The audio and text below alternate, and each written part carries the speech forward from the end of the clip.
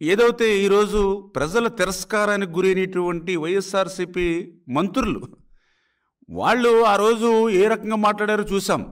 జగన్మోహన్ రెడ్డి ఓడిపోతే చంద్రబాబు నాయుడు బూట్లు తుడుస్తామని ఒకడు చెప్పాడు.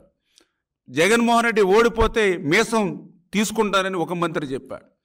జగన్మోహన్ రెడ్డి ఓడిపోతే రాజకీయాల నుండి శాశ్వతంగా తప్పుకుంటానని ఒక మంత్రి చెప్పాడు. వాళ్ళు చెప్పినటువంటి మాటలన్నీ మన వీడియోలో ఉన్నాయి. కానీ అవన్నీ మళ్ళీ గాలి కుదిలేసి మళ్ళీ ఈవేళ తగుదునమ్మా అని చెప్పి మీడియా దగ్గర కూర్చుని మళ్ళీ అబద్ధాలు అసత్యాలు మళ్ళీ ఈరోజు మళ్ళీ ప్రజలకి ప్రచారం చేస్తూ ఉన్నారు. అవి ఏదైతే అటువంటి అవినీతి పుట్టుకలో పుట్టినటువంటి సాక్షి ఏదైతే వాళ్ళ కరపత్రిక ఏదైతే ఉందో దాని ద్వారా మళ్ళీ విష ప్రచారం చిమ్మేటువంటి పరిస్థితి ఏదైతే ఉందో ఖచ్చితంగా వాళ్ళ మీద ప్రెస్ కౌన్సిల్కి బాధ్యతాయుతమైనటువంటి మీడియా నుంచి ఏదైతే ఈ యొక్క సాక్షిపత్రిక ఇటువంటి అబద్ధాలు చెప్తూ ఉందో దాన్ని ఖచ్చితంగా దాని మీద కంప్లైంట్ చేయడం జరుగుతుంది. తగినటువంటి చర్యలు కూడా తీసుకోకపోతే ఇది ప్రజాస్వామ్యానికే విఘాతం కలిగించేటువంటి అంశం కాబట్టి ఖచ్చితంగా ప్రజలు ఇచ్చేటువంటి తీర్పుని గౌరవించేటువంటి విధంగా ప్రజాస్వామ్యాన్ని రక్షించుకునేటువంటి విధంగా భవిష్యత్తులో కూడా ఇటువంటి తప్పుడు రాతలు తప్పుడు మాట్లాడేటువంటి మాటలు ఏవైతే ఉన్నాయో అటువంటివి ఏదైతే మీడియా ప్రచారం చేస్తుందో దాని మీద కూడా చట్టపరంగా తగినటువంటి చర్యలు. ఎందుకంటే గత ప్రభుత్వం మాదిరిగా హెరాస్మెంట్ అనేది ఉండదు. మా ప్రభుత్వంలో పనిష్మెంట్ మాత్రం ఖచ్చితంగా ఉంటుంది. ఆ వీడియోస్ ఒకసారి ఏదైతే భారతిరెడ్డి గారు మరి ఏదైతే వీడియో ఆ రోజు ఇద్దరికి ఇస్తానని చెప్పి ఏదైతే 30,000 రూపాయలు ఇస్తానని ఏదైతే మాట్లాడారో మరి ఈ మంత్రులు ఎవరైతే మాజీ మంత్రులు ఎవరైతే ఉన్నారో మరి సిగ్గు లేకుండా ఏవైతే మాట్లాడుతున్నారో ఒక్కసారి మీ ఏదైతే మీ మాజీ ముఖ్యమంత్రి గారు సతీమణి ఏం మాట్లాడిందో ఒక్కసారి మీరే వినండి. 15,000 ఇద్దరు బిడ్డలను బడికి పంపితే 30,000 తల్లికి సంవత్సరానికి. పిల్లలను బడికి పంపితే తల్లికి 15,000 ఇస్తారు.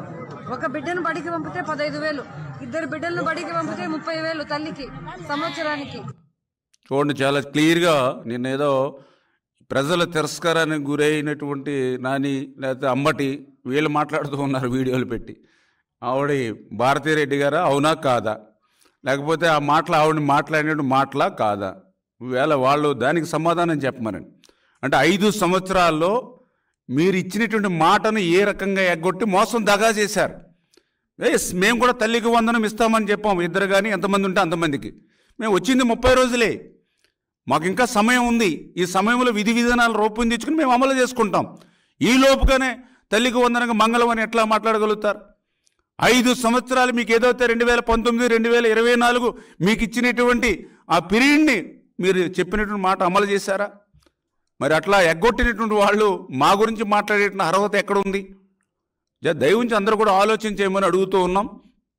అదేవిధంగా మరి ఏదైతే మాటను ఏ రకంగా అయితే నిలుపుకున్నామో మరి ఆ మాట గురించి కూడా వాళ్ళు కూడా, ఎందుకంటే నిన్న సాక్షి టీవీలో కానీ వాళ్ళ బులుగు మీడియాలో కానీ వాళ్ళ సోషల్ మీడియాలో కానీ ఏదైతే మేము ఆ రోజు మాట ఇచ్చి మాట నిలుపుకోలేదని నిన్న తల్లికి వందనం మీద దుష్ప్రచారం చేశారు. మరి అదేవిధంగా పెన్షన్కి సంబంధించి మేము ప్రచారంలో ఆ రోజు చెప్పాను నేను, రేపు అధికారంలోకి వచ్చిన తర్వాత ఏదైతే 4,000 పింఛను పెంచడమే కాకుండా 7,000 రూపాయలు చేసి మీ ఇంటికి అందజేస్తామని ఆ రోజు నేను ఎన్నికల ప్రచారంలో చెప్పాను.